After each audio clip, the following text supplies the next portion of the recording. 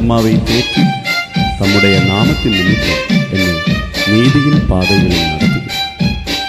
நான் மரண இருளின் பள்ளத்தாக்கிலே நடந்தாலும் பொல்லாப்புக்கு பயப்படுகிறேன்.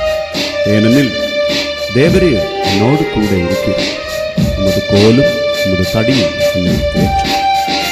என் சத்துருக்களுக்கு முன்பாக நீர் எனக்கு ஒரு பந்தியை ஆயத்தப்படுத்தி என் தலையை எண்ணெயால் அபிஷேகம் பண்ணுவீர். என் பாத்திரம் நிரம்பி வழிகிறது. என் ஜீவனுள்ள நாளெல்லாம் நன்மையும் கிருபையும் என்னை தொடரும். நான் கர்த்தருடைய வீட்டில் நீடித்து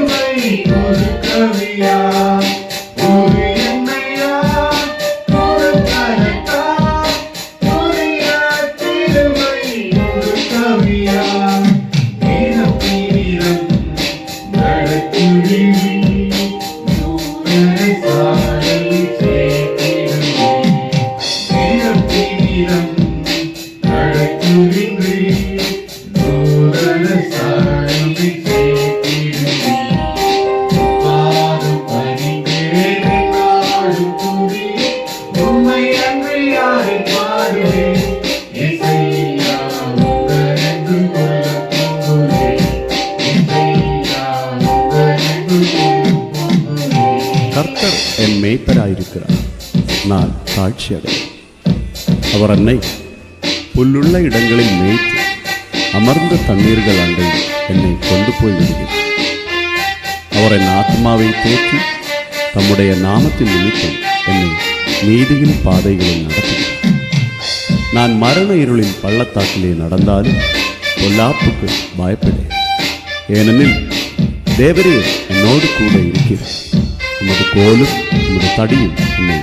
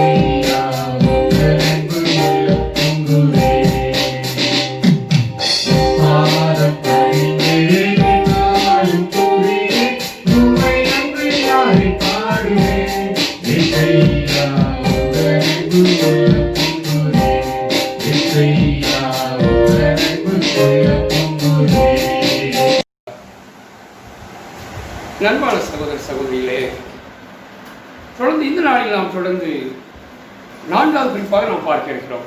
இந்த நாளில் நாம் 4வது குறிப்பாக அதை யோவான் 14ஆம் அதிகாரத்தை திருப்புங்கள். யோவான் 14ஆம் அதிகாரத்தை நாம் திருப்புவோம்.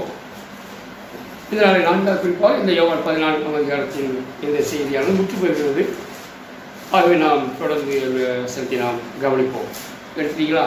கவனிக்க 4:14 3ஆம் வசனத்தை நாம் வாசிக்க கேட்போம். நான் போய் உங்களுக்காக ஸ்தலத்தை ஆயத்தம் பண்ணின பின்பு நான் இருக்கிற இடத்திலே நீங்களும் இருக்கும்படி நான் மறுபடியும் வந்து உங்களை என்னிடத்தில் சேர்த்துக் கொள்ளுவேன். இங்கே உள்ள குறிப்பை நாம் பார்க்கின்ற போது ரொம்ப அற்புதமான குறிப்பை ஆண்டவர் சொல்கின்றார். அந்த 3ஆம் அதிகாரத்தில் பின்பகுதியிலே விதமாய் வாசிக்கின்றோம். அங்கே உள்ள குறிப்பு என்ன சொல்கிறது? நான் மறுபடியும் வந்து உங்களை என்னிடத்தில் நான் மறுபடியும் வருவேன். ஆண்டவர் சொல்கிறார், நான் மறுபடியும் வந்து உங்களை என்னிடத்தில் என்ன செய்வேன்? சேர்த்துக் கொள்வேன். ஆண்டவர்களே, ஆண்டவராக இயேசு கிறிஸ்து மீண்டுமாய் வரப்போகிறார். அல்லேலூயா! ஆண்டவராக இயேசு வரப்போகிறார். கிறிஸ்தவத்தின் நம்பிக்கை என்னங்க? நமக்கு ஒரு நம்பிக்கை இருக்குது. என்ன தெரியுமா உங்களுக்கு? இயேசு வருகிறார். இயேசு என்ன செய்கிறார்? வருகிறார். அதான் நம்பிக்கை. இந்த வருகையை நாம் எதிர்பார்த்து அந்த உலகத்தில் வாழ்ந்து கொண்டிருக்கிறோம். வேறு ஒன்றும் நமக்கு வேற இந்த உலகத்தில் நம்பிக்கை கிடையாது. அவருடைய வருகைக்கான அடையாளங்கள் நம்ம சுற்றி நிறைய நடக்குது. இந்த நாட்களிலே நடந்து கொண்டிருக்கு. ஆண்டவர் இயேசு கிறிஸ்து வருகைக்கு அடையாளம் நடந்து கொண்டு என்னங்க? அதில் ஒன்றுதான் கொள்ளை நோய். என்னது? கொள்ளை நோய், பூமி அதிர்ச்சி, சுனாமி, இயற்கையின் சீற்றங்கள் இல்லையா நிறைய நடக்குது. அதில் ஒன்று இந்த நாட்களிலே கொரோனா என்று பயங்கர கொள்ளை நோய் முழு உலகத்தை என்ன செய்யுங்க? தாக்கி முழு உலகம். அப்படின்னு அவருடைய வருகையானது மிகவும் சமீபமாக இருக்கு என்பதை நாம் அறிய வேண்டும். ஆகவே அதை அறிந்து வருகைக்கு நாம் ஆயத்தமாக காணப்பட வேண்டும். அதான் ஆண்டவராகிய இயேசு சொல்லியிருக்கார், நான் மறுபடியும் வருவேன். அன்பான சகோதர சகோதரிகளே, ஆண்டவராகிய இயேசு சொல்லுவார், நான் போகிறேன், நான் திரும்ப என்ன செய்வேன்? வருவேன். உலகத்தில் போகிறேன் திரும்ப வருகிறேன் என்று சொன்ன ஒரே ஒருத்தர் தான், இல்லைங்களா? உலக வாழ்க்கையில் நீங்கள் பார்த்தீங்கன்னா எல்லாருடைய வாழ்க்கையில் கடைசி கட்டத்தில் அவங்க என்ன சொல்லுவாங்க? ஐயா நான் போகிறேன் போகிறேன். ஒரு வாழ்க்கையின் முடிவு சமயத்தில் நான் போகிறேன் நான் போகிறேன் இல்லையா? மரணம் அவளை சந்திக்கின்ற போது அவர்களுடைய கணவரோ மனைவியோ பிள்ளைகளோ பெற்றோரோ சொந்த பந்தங்களோ எல்லாரும் இருக்கிற நேரத்தில் அவங்க சொல்லுவாங்க, ஐயா நான் போகிறேன். என்ன செய்கிறேன்? போகிறேன்னு தான் சொல்லுவாங்க. திரும்பி வாரன்னு யாரும் சொல்ல மாட்டாங்க, சொல்ல முடியாது. ஆண்டவராகிய இயேசு என்ன சொல்கிறார்? நான் போகிறேன் திரும்பவும் என்ன செய்வேன்? வருவேன். அல்லேலூயா. போகிறேன், நான் திரும்பவும் வருவேன். பார்த்தீங்களா? உலக சரித்திரத்தில் இயேசு கிறிஸ்து மட்டும்தான் போகிறேன் திரும்ப வருவேன் என்று சொல்லியிருக்கிறார். வேதம் சொல்வதை கவனிங்கள். அப்போஸ்தலர் 1ஆம் அதிகாரத்தை நீங்கள் திருப்பி பாருங்கள். அப்போஸ்தலர் 1ஆம் அதிகாரத்தை நாம் திருப்பி பார்ப்போம் என்றால் அங்கே அற்புதமான குறிப்பை நாம் வாசிக்கின்றோம். 1ஆம் அதிகாரம் 11 நீங்கள் வாசிப்போம் என்றால், மனுஷரே நீங்கள் ஏன் வானத்தை அண்ணாந்து பார்த்து நிற்கிறீர்கள்? சரி, உங்களிடத்தில் நின்று வானத்திற்கு எடுத்துக்கொள்ளப்பட்ட இந்த இயேசுவானவர் எப்படி உங்கள் கண்களுக்கு முன்பாக வானத்துக்கு எழுந்தருளி போனாரோ அப்படியே மறுபடியும் வருவார். அப்படியே மறுபடியும் வருவார். எப்படி போனாரோ அப்படியே வருவார். ஆண்டவர் இயேசு கிறிஸ்து இந்த உலகத்தில் வாழ்ந்து கடைசி அந்த மருத்துவ மலையிலே சீசர் முன்பாக அவர் மருத்துவம் மாற்றப்பட்டு அவர் பருவத்துக்கு ஏறி போனார். ஏறி போன போது அது உள்ள சீசர் எல்லாரும் வானத்தை அண்ணாந்து பார்த்து கொண்டிருக்கிறார்கள். ஐயோ நம்முடைய ஆண்டவராக தெய்வம் போய்விட்டாரே, நம்முடைய இயேசு போய்விட்டார் என்று எல்லாரும் அவருடைய அந்த போகின்ற அந்த காட்சியை பார்க்கிறார்கள் இல்லையா?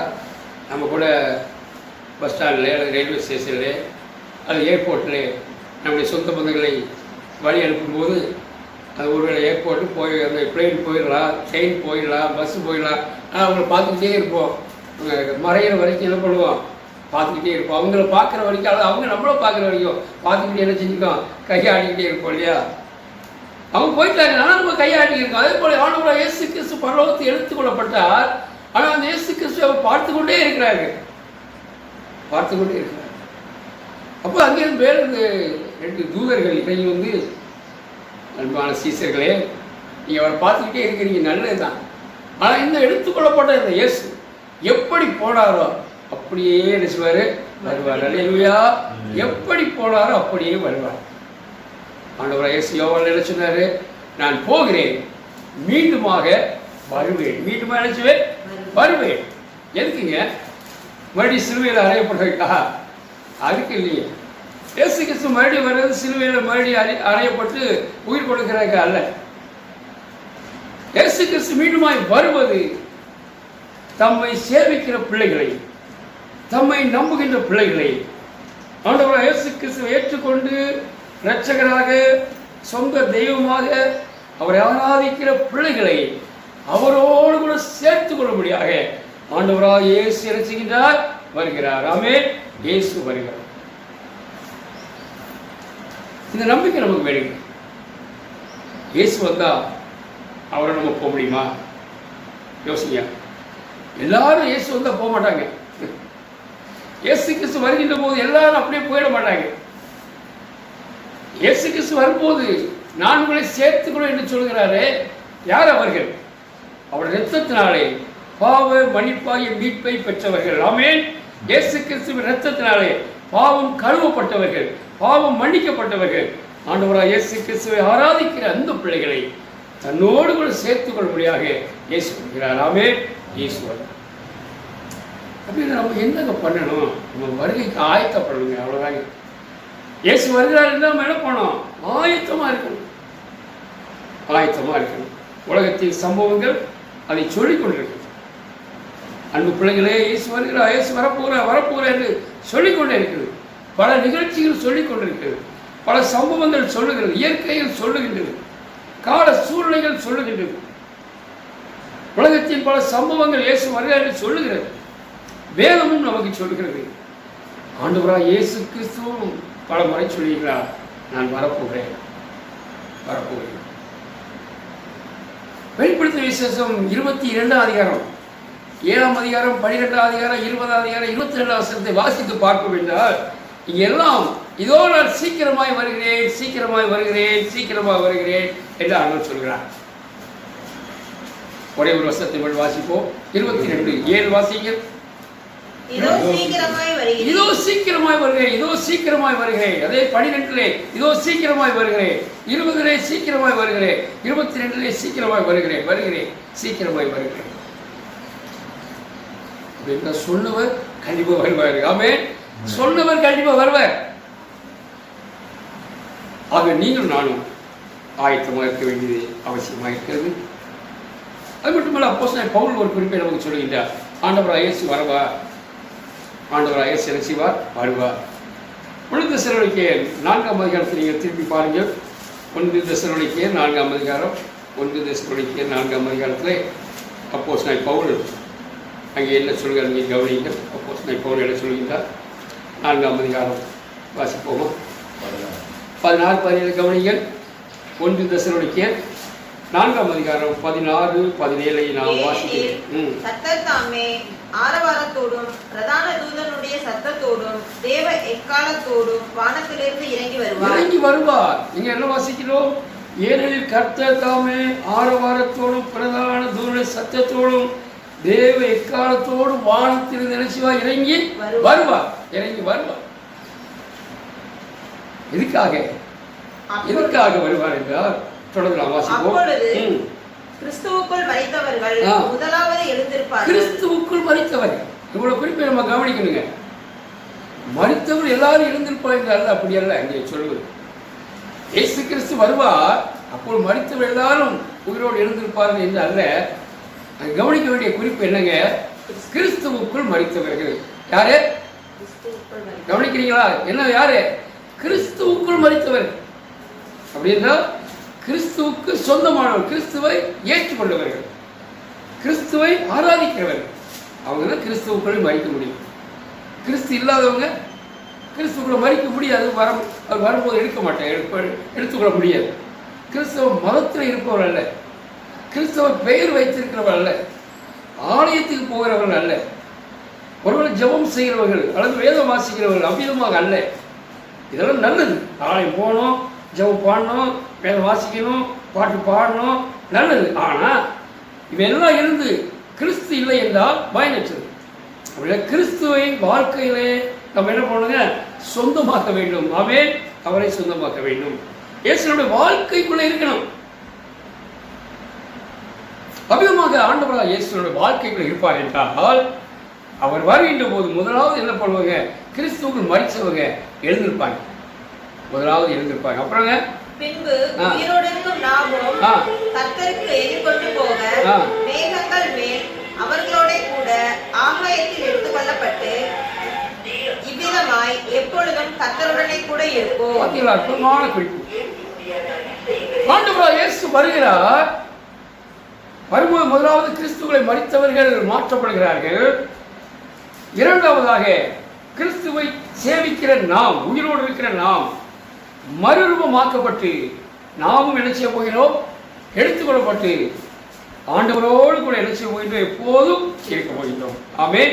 என்ன வாசிக்கிறோம்? எப்பொழுதும் இவ்விதமாக எப்போதும் கர்த்தரோடு கூட இருப்போம். எவ்வளவு பெரிய பாக்கியம் பார்த்தீங்க. நண்பு சகோதர சகோதரிகளே, ஆண்டவரோடு நாம் இருப்பது எவ்வளோ பெரிய பாக்கியம்! கடவுளோடு மனிதன் எப்போதும் இருக்கின்ற ஒரு சாக்கியம். இந்த மதுரை பட்டணத்தில் நான் வாழ்வது எப்போது அல்ல. இந்த மதுரையில் நம்ம எப்போ வாழ முடியுமானா வாழ முடியாது, கொஞ்ச காலம் வாழ முடியும். ஆனால் இந்த உலக வாழ்க்கையோட கடந்து சென்றால் எப்போதும் கர்த்தரோடு கூட தெய்வத்தோடு கூட இருக்கின்ற ஒரு அற்புதமான வாழ்க்கையை நமக்கு வைத்திருக்கிறார். ஆமே, ஆண்டவர் நல்லவர். ஆகவே ஆண்டு சொல்கிறார், நான் வருவேன், வந்து உங்களை என்னோடு கூட நினைச்சுவேன், சேர்த்துக் கொள்வேன் என்று அவர் சொல்லுகின்றார்.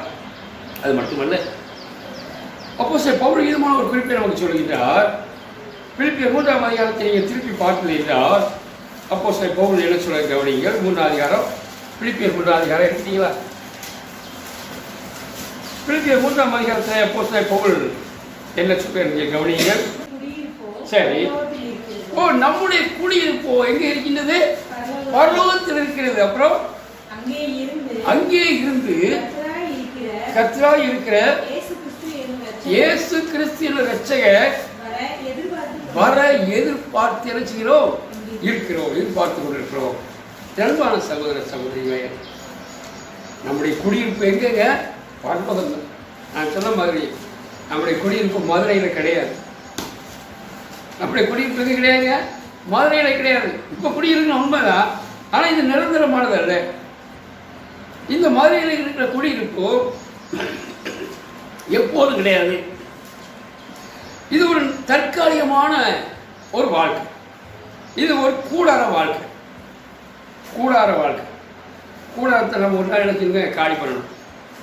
அதனால் அப்போஸ்தலர் பவுல் ஒரு அற்புதமான குறிப்பை நமக்கு தர 2 கொரிந்தியர் அதிகாரத்தை திருப்புகள் 2 கொரிந்தியர் 5ஆம் அதிகாரத்தை நீங்கள் திருப்பி இருந்து அப்போஸ்தலர் பவுல் ஒரு அற்புதமான குறிப்பை அங்கே நமக்காக வைத்திருக்கிறார். 5ஆம் அதிகாரம் எடுத்துக்கிட்டோம். 5ஆம் அதிகாரம் எடுத்தீங்களா? 5ஆம் அதிகாரம் அங்கே உள்ள வசனத்தை நாங்கள் படிப்போம். முதல் வசனத்தை கவனிங்கள். 5:1 5:1 கவனிங்கள். வாசிக்க பார்க்கலாம். பூமிக்குரிய கூடாரமாகிய நம்முடைய வீடு அழிந்து போனாலும் தேவனால் கட்டப்பட்ட கைவேலை அல்லாத நித்திய வீடு பரலோகத்திலே நமக்கு உண்டு. பரலோகத்திலே ஒரு வீடு இருக்கிறதுங்க. என்னங்க? பரலோகத்திலே ஒரு வீடு. இங்கெல்லாம் வாசித்த போது பூமிக்குரிய கூடாரமாகிய நம்முடைய வீடு ஒரு நாள் அழிந்து போகாது. அந்த உலக வாழ்க்கை, இந்த மாதிரி பட்டணத்திலே வாழ்கிற இந்த வாழ்க்கை, இது பூமிக்குரிய கூடாரம், கொஞ்ச காலம் வாழ்கிற ஒரு வாழ்க்கை. ஆனால் இந்த வாழ்க்கை ஒரு நாள் அழிந்து போகும் அல்லது முடிந்து போகும். அவ்விதமாய் முடியும் என்றால் அடுத்தது அங்கே அப்போஸ்தலர் பவுல் என்ன சொல்கின்றார்? தேவனால் கட்டப்பட்ட கைவேலை இல்லாத என்னங்க நித்தியமான வீடு. ஆமென். கைவேலை இல்லாத தேவனாலே கட்டப்பட்ட ஒரு நித்தியமான வீடு எங்கே இருக்கிறது? பரலோகத்தில் இருக்கிறது. அல்லேலூயா. ஆண்டவர் உங்களுக்காக எனக்காக ஒரு வீட்டை ஆயத்தம் செய்து கொண்டிருக்கிறார். அது தேவனாலே கட்டப்படுகிற வீடு இல்லைங்களா? தேவனாலே கட்டப்படுகின்ற அற்புதமான வீடு. அதுதான் ஆண்டவர் இயேசு அங்கே யோவான் 14:3 வாசித்தோம். நான் உங்களுக்கு அவர் ஸ்தலத்தை ஆயத்தம் பண்ண போகிறேன், ஆயத்தம் செய்து முடித்த பின்பு நான் வருவேன். அன்பு சகோதர சகோதரிகளே, ஆண்டவராகிய இயேசு தம்முடைய பிள்ளைகளுக்கு அவர் ஸ்தலத்தை ஆயத்தம் செய்ய போயிருக்கிறார். அந்த ஆயத்தம் முடிந்த பிற்பாடு இயேசு வந்து தம்முடைய பிள்ளைகளை அவரோடு கூட என்ன செய்வார்? சேர்த்துக் கொள்வார். அது என்ன வீடுங்க? நித்தியமான வீடு. நித்திய வீடு பரலோகத்திலே நமக்காக இருக்கு. நித்தியமான வீடு. கடைசியாக ஒரு வசனத்தை சொல்ல முடிக்க வருவார். சங்கீதக்காரர்கள் ஒரு அற்புதமான குறிப்பை நமக்கு சொல்லுங்கள். சங்கீதம் 23 நீங்கள் திருப்புங்கள். சங்கீதம் 23 நீங்கள் திருப்புங்கள். சங்கீதக்காரர்கள் கூட இந்த ஒரு வீட்டை பற்றி சொல்லுகிறார், பரலோக வீடை பற்றி சொல்லுகிறார். எடுத்துட்டீங்களா? சங்கீதம் 23:6 வசனத்தை கவனிங்கள். 23:6 சரி. நன்மையும் கிருபையும் என்னை தொடரும். சரி. நான் கர்த்தருடைய வீட்டிலே நீடித்த நாட்களாய் நிலைத்திருப்பேன். கர்த்தருடைய வீடுகள் அதாங்க பரலோகம். நமக்கு ஒரு வீடு உண்டு. நமக்கு ஒரு என்னங்க ஒரு வீடு. ஒருவேளை இந்த மாதிரி பட்டணத்தில் நமக்கு ஒரு வேளை வீடு இல்லாமல் இருக்கலாம். வீடு இருந்தால் சந்தோஷம், வீடு இல்லாமல் இருக்கலாம். இருந்தாலும் அதுவும் சந்தோஷம் தான். ஆனால் உங்களுக்காக எனக்காக பரலோகத்திலே ஒரு வீடு என்ன செய்யப்படுகிறது? ஆயத்தம் செய்யப்படுகிறார். ஆமென். ஆயத்தம் செய்யும். ஏன்ட்ட நிறைய பேர் கேட்பாங்க, எனக்கு மதுரையில் இருக்கிறீங்களே இத்தனை வருஷமா, வீடுகள் வச்சிருக்கீங்களா, சொந்த வீடுகள் இருக்கான்னு கேட்பாங்க. நான் சொல்ல இருக்குங்க, வீடு இருக்குங்க, ஆனால் மதுரையில் இல்லை. அப்புறங்க பரலோகத்தில் எனக்கா ஒரு வீடு இருக்குது. ஆமென். மதுரையில் வீடு இல்லைங்க, ஆனால் பரலோகத்தில் ஆண்டவராக தெய்வம் எனக்காக ஒரு வீட்டை என்ன செய்து கொண்டிருக்கிறார்? ஆயத்தம் செய்து கொண்டிருக்கிறார். அந்த வீடு வேலை முடியல. நானும் ஆண்டோட கேட்குறேன், அப்பா சீக்கிரமாக நீங்கள் வந்தீங்கன்னா பரவாயில்ல, எங்களையும் உங்களோட சேர்த்து கொண்டீங்களான்னு பரவாயில்ல, அந்த வீட்டுக்கு நாங்கள் வர ஆயத்தமாக இருக்கேன், நான் ஆயத்தமாக இருக்கேன்னு ரொம்ப வருஷமாக சொல்லிட்டு இருக்கிறேன்.